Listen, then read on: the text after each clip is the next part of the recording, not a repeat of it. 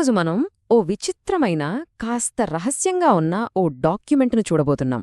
ఏంటంటే ఒకదానికొకటి అస్సలు సంబంధం లేని కొన్ని రంగాలను ఇది కలిపేస్తున్నట్టుగా కనిపిస్తోంది. ఇది చూస్తుంటేనే చాలా ఆసక్తికరంగా ఉంది కదూ. పదండి, దీని వెనకున్న రహస్యమేంటో తెలుసుకుందాం. ఇదిగో ఇక్కడుంది చూడండి, మన పరిశోధనకు అసలు కారణం. ఇందులో పాలిటీ, ఆధునిక చరిత్ర, నీతిశాస్త్రం అండ్ మ్యూజిక్. ఏంటిదసలు? ఈ కాంబినేషన్ వినడానికే చాలా విచిత్రంగా ఉంది కదా. సో మన ముందున్న అసలు ప్రశ్న ఇదే. ఇండియన్ సివిల్ సర్వీస్ ప్రిపరేషన్కి, క్రిస్టియన్ థియాలజీకి, పాపులర్ మ్యూజిక్కి అసలు లింకేంటి? ఈ వింత కలయిక వెనుక ఉన్న లాజికేంటో తెలుసుకుందాం రండి. అయితే ఈ మొత్తం పజల్ని ఒకేసారి సాల్వ్ చేయటం కష్టం కదా. అందుకే ఒక పని చేద్దాం. ముందుగా ఒక్కదానిమీద ఫోకస్ చేద్దాం. ఒక పీస్ని మనం సరిగ్గా అర్థం చేసుకుంటే మొత్తం పిక్చర్ అదే క్లియర్ అవుతుంది. మరి మన పరిశోధన ఎక్కడ మొదలుపెట్టబోతున్నామంటే సంగీతంతో. ఎందుకంటే ఆ చెక్లిస్ట్లో అన్నిటికన్నా ఎక్కువ వివరంగా ఇచ్చింది దాని గురించే. బహుశా మనకు కావాల్సిన క్లూ ఎక్కడే దొరకొచ్చేమో. ఓకే, ఇప్పుడు చూడండి, మన చేతిలో ఉన్న ముఖ్యమైన ఆధారం ఇది. ఈ పియానో హ్యాండౌట్. ఈ మొత్తం ప్రోగ్రాం వెనుక ఉన్న అసలు ఐడియా ఏంటో అర్థం చేసుకోవడానికి ఇదే మనకు కీలకం కాబోతోంది. ఈ హ్యాండౌట్ని కాస్త క్లోజ్గా చూస్తే ఒక విషయం చాలా క్లియర్గా అర్థమవుతోంది. ఇది కేవలం ఓ పాట నేర్చుకోవడానికి ఇచ్చిన షీట్ కాదు.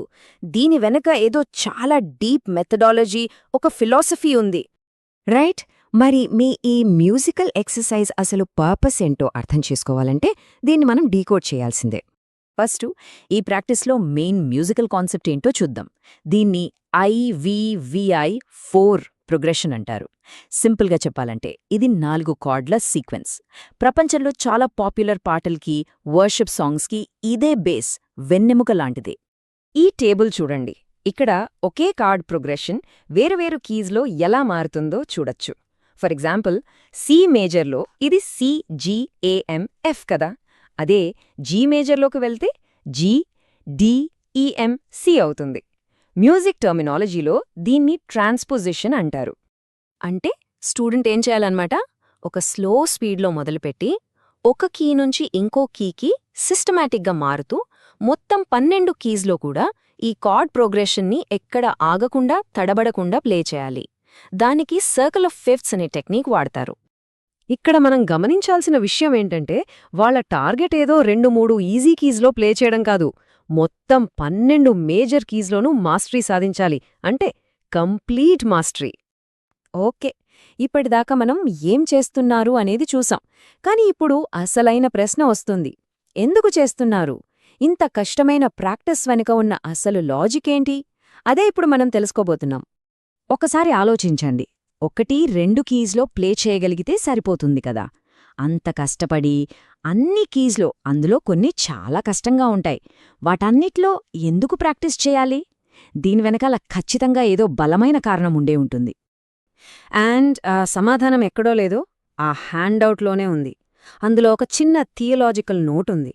దాని ప్రకారం ఈ మ్యూజిక్ ప్రాక్టీస్ అనేది కేవలం మ్యూజిక్ కోసం కాదు, అది ఒక పెద్ద ఐడియాకి సింబల్. అంటే వేర్వేరు కల్చర్స్, లాంగ్వేజెస్ ఉన్నా దేవుడికి చేసే ఆరాధన, ఆ స్తుతి మాత్రం ఒక్కటే అని చెప్పడం లాంటిది.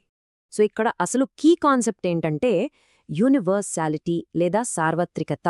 అంటే అన్ని మ్యూజికల్ కీజ్లో మాస్టరీ సాధించడం అనేది ఒకే సూత్రాన్ని, ఒకే ఐడియాని అన్ని రకాల పరిస్థితుల్లో, అన్ని సందర్భాల్లో అప్లై చేయగలగడానికి ఒక మెటఫర్ లాంటిది అన్నమాట. సరే, ఇప్పుడు మనకు ఒక క్లూ దొరికింది కదా. ఈ ఫిలాసఫీని తీసుకుని మనం స్టార్టింగ్ పజిల్కి, అంటే ఆ చెక్లిస్ట్కి అప్లై చేసి చూద్దాం. ఇప్పుడు ఈ 2 ముక్కలని కలిపి చూడండి, మొత్తం పిక్చర్ క్లియర్ అవుతుంది. మ్యూజిక్ ప్రాక్టీస్ వెనుక ఉన్న ఈ ఐడియానే ఆ మొత్తం చెక్లిస్టును అర్థం చేసుకోవడానికి ఒక మాస్టర్ కీ లాంటిది. ఈ కొత్త యాంగిల్లో చూస్తే ఆ చెక్లిస్ట్లోని ప్రతి ఐటెం ఒక డిఫరెంట్ కీలా కనిపిస్తుంది. ఉదాహరణకి, పాలిటీ అనేది సివిక్ స్ట్రక్చర్ అనే కీ, మోడర్న్ హిస్టరీ అనేది నేషనల్ ఐడెంటిటీ అనే కీ, అలాగే ఎథిక్స్, మోరల్ రీజనింగ్ అనే కీ. ఇక మ్యూజికల్ స్కిల్ అదొక ట్రైనింగ్ గ్రౌండ్, ఈ యూనివర్సల్ మెథడ్ని నేర్చుకోవడానికి ఒక ప్రాక్టీస్ ఫీల్డ్ లాంటిది. అయితే చివరగా ఒక ప్రశ్న మిగిలిపోతుంది. ఒకరి స్వంత జీవితంలో ఇలాంటి సంపూర్ణమైన ఇంటిగ్రేటెడ్ మాస్టరీ సాధించాలంటే వాళ్ళ డే 30 చెక్లిస్ట్ ఎలా ఉంటుంది? ఒక్కసారి ఆలోచించండి.